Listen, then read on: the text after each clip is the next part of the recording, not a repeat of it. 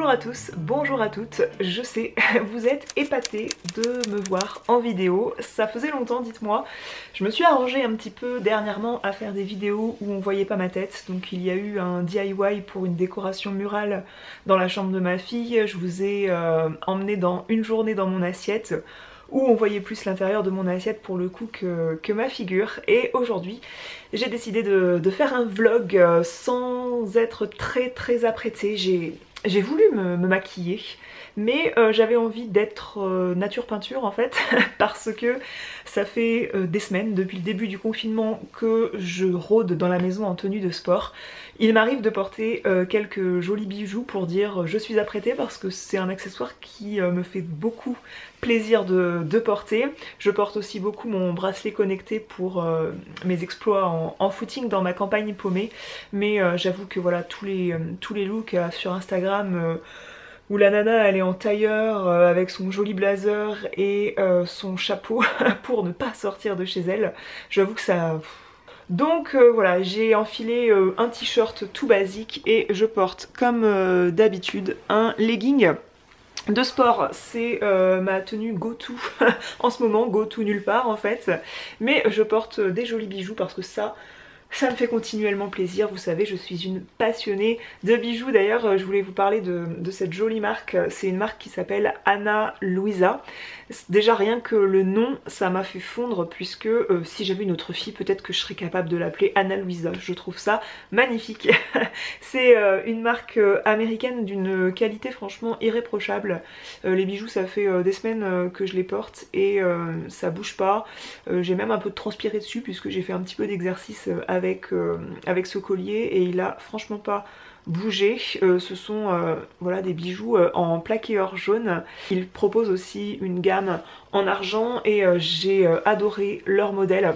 On a une gamme de bijoux où les prix démarrent à partir de 39 $, ça vous donne une idée à peu près du prix en euros. Donc pour un cadeau par exemple là pour la fête des mères qui va fatalement arriver à un moment donné, je sais qu'en ce moment on va pas trop voir sa mère mais le déconfinement approche et la fête des mères aussi approche. Elle est la première semaine de juin cette année alors que d'habitude elle est en mai. Pourquoi pas faire un joli cadeau de cette marque qui en plus a une dimension éthique qui est respectable, c'est-à-dire qu'ils visent pour 2020 à avoir une empreinte carbone neutre et ils veulent continuer dans cette démarche au fur et à mesure des années. Je pense qu'à notre époque c'est bien de le mentionner. Ils utilisent aussi uniquement des métaux nobles. J'aime beaucoup la mentalité de cette marque. Les personnes que j'ai eues en contact aussi sont super sympathiques, donc j'aime pas mettre en avant des marques si les gens sont odieux. Donc voilà, c'est important aussi de le mentionner.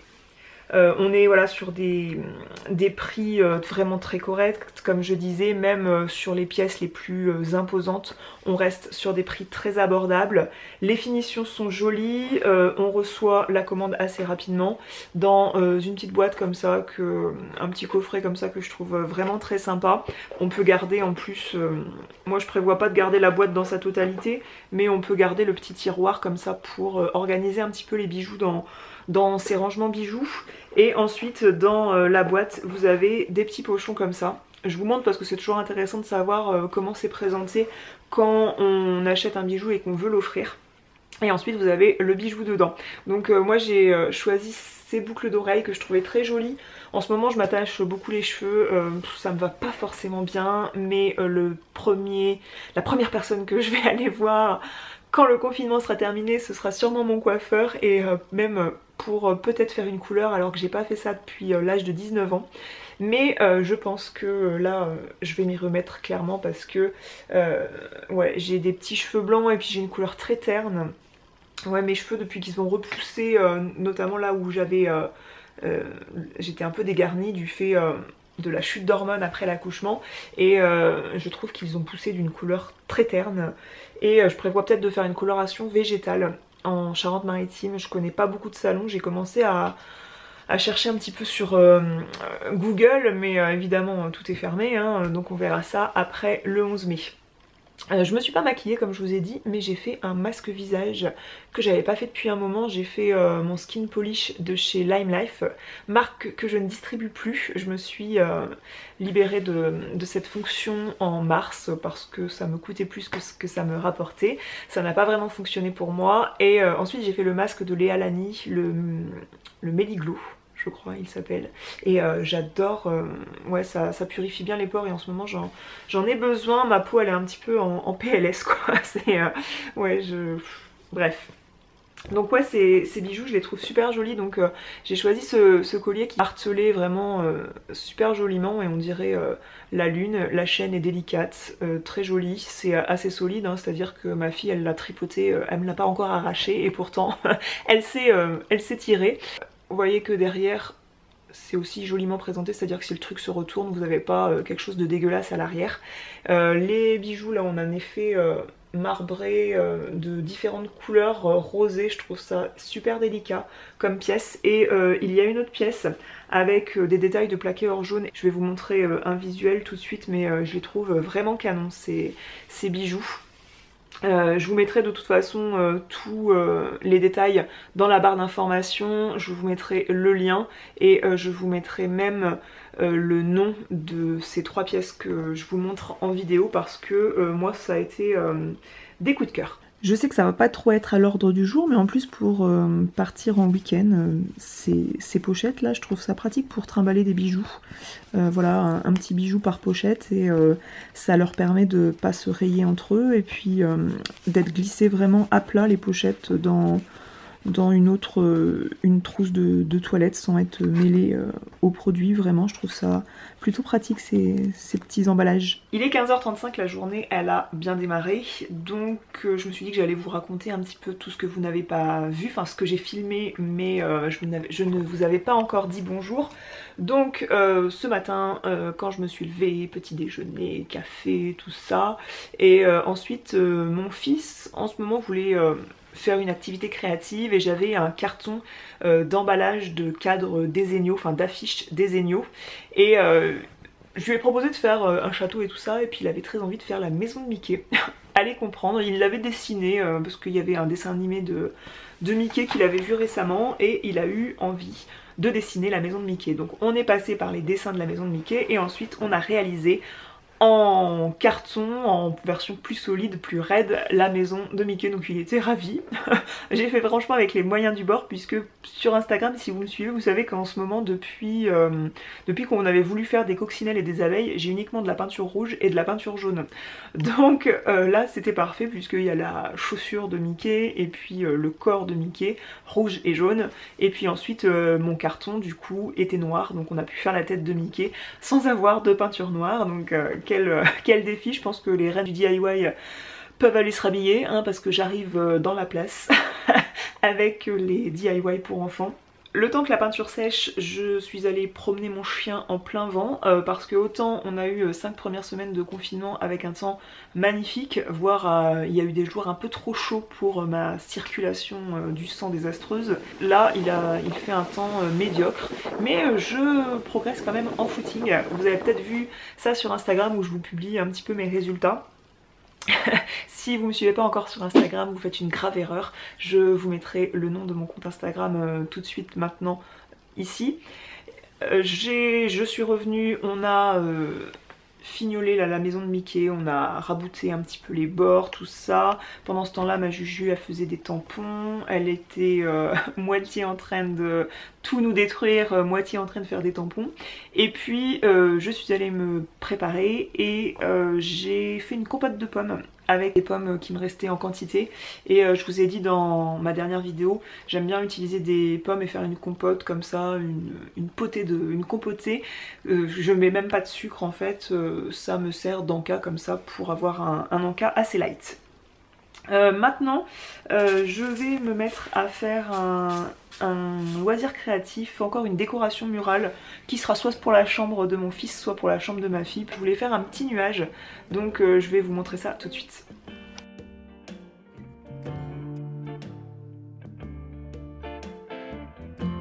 Pour réaliser ce DIY, vous aurez besoin d'un patron. Donc moi j'ai envie de faire une forme de nuage comme ça avec des yeux et une bouche. Donc j'ai dessiné à main levée sur un carton comme ça un nuage que j'ai découpé ensuite. Alors j'ai mis du temps à avoir la forme de nuage que je voulais et là c'est à peu près ce que je veux. Et si vous m'avez suivi en période de Noël, de réalisation de calendrier de l'Avent, vous savez de quoi je parle. Je vais réaliser une petite décoration murale en fait, avec de la toile de lin qui me reste de mes décorations de Noël. Je vais garnir ça avec de la ouate, donc j'ai un sac de ouate qui est encore dans ma chambre, j'ai de quoi faire des peluches et des peluches pour tout le village. Je vais prendre cette ficelle qui est dans les mêmes tons pour l'accroche, pour l'attacher. J'ai des petites perles comme ça, comme j'ai fait pour mon arc-en-ciel, je vais mettre ça sur l'attache. Et j'ai du fil à broder doré presque cuivre comme ça. Alors j'ai hésité sur la couleur, j'aurais voulu un doré de la même couleur que j'ai pris pour l'arc-en-ciel, mais j'en ai plus, je peux pas retourner dans un magasin comme ça acheter ça. De toute façon les yeux et la bouche ne se verront pas si je prends une couleur trop claire, donc je vais me contenter de ce cuivret là. Il vous faut un ciseau qui coupe bien et une aiguille. Pour commencer cette création, je démarre en dessinant avec mon emporte-pièce le dessin de ce que je veux représenter. Là, c'est un nuage avec deux yeux et une bouche. J'ai fait, comme je vous ai expliqué, d'abord le motif sur un carton, mais si vous faites des petites pièces comme j'ai fait pour Noël, vous pouvez utiliser un emporte-pièce. Je fais ça au crayon de papier, mais pourquoi pas faire ça au crayon, au stylo friction de chez Pilote. Il ne m'en restait qu'un vert qui, je trouve, ne s'efface pas très bien sur le tissu, donc je me suis servi d'un crayon de papier qui ne se verra pas parce que ce sera recouvert par le fil. Ensuite, je découpe autour de mon nuage parce que j'ai pas besoin de m'encombrer de tout mon tissu pendant que je vais broder. Je découpe le devant et ensuite je découpe l'arrière de mon petit coussin en découpant un tissu de la même taille. Je passe mon tissu au fer à repasser avant de broder parce que là, mon tissu avait été vraiment mis en boule dans un placard et du coup, voilà, j'avais pas envie que ça finisse comme ça. Je commence la broderie par les yeux et la bouche puisque c'est un motif, une fois que le coussin sera fermé, on ne peut pas le reprendre, donc on commence par là. Je fais avec un point, je crois que ça s'appelle un point à l'envers, alors j'ai plusieurs notions de broderie côté manuel comme ça, mais côté technique, les noms, tout ça, ce n'est pas mon truc. Je crois que ça s'appelle le point à l'envers et vous trouvez des tutos sur YouTube très bien, c'est-à-dire qu'il s'agit de piquer un peu plus loin et de revenir en arrière avec son aiguille et ainsi de suite. Une fois que j'ai fini les yeux et la bouche, je démarre mon nuage par la gauche en remontant de façon à un moment à arriver à l'attache murale.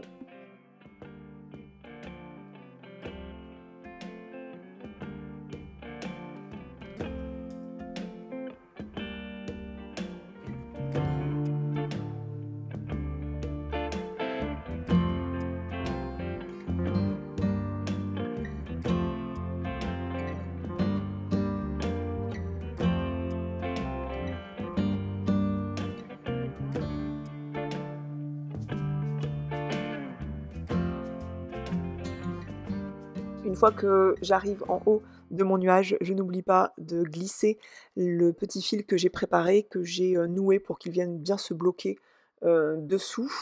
Donc on n'oublie pas de le mettre. Les perles, c'était optionnel, j'aurais pu les mettre après. D'ailleurs, elles m'ont un peu embêtée à broder comme ça. Mais voilà, je viens broder et bloquer ce fil, cette attache, et ensuite je continue ma broderie jusqu'au bout avec ce point à l'envers. Donc c'est long, mais voilà, moi j'aime bien faire ça, ça me détend.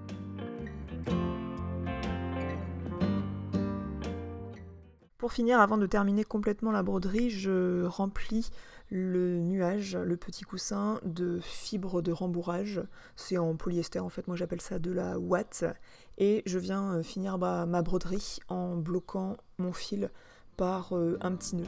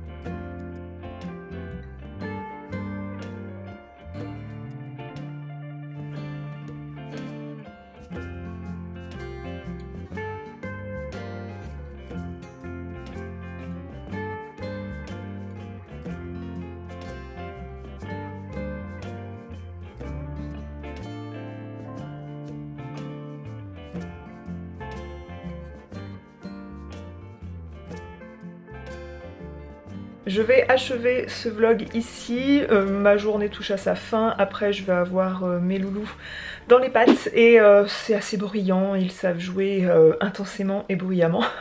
Donc je vais couper ici, j'espère que ces instants en ma compagnie vous auront plu. Je vous fais des grosses bises, je suis dans la zone de commentaires si vous avez des questions, si vous voulez papoter avec moi, si vous voulez partager vos déboires de confinement et vos loisirs créatifs en confinement ou vos activités pour enfants. Je vous fais des grosses bises, je vous dis à la prochaine. Salut!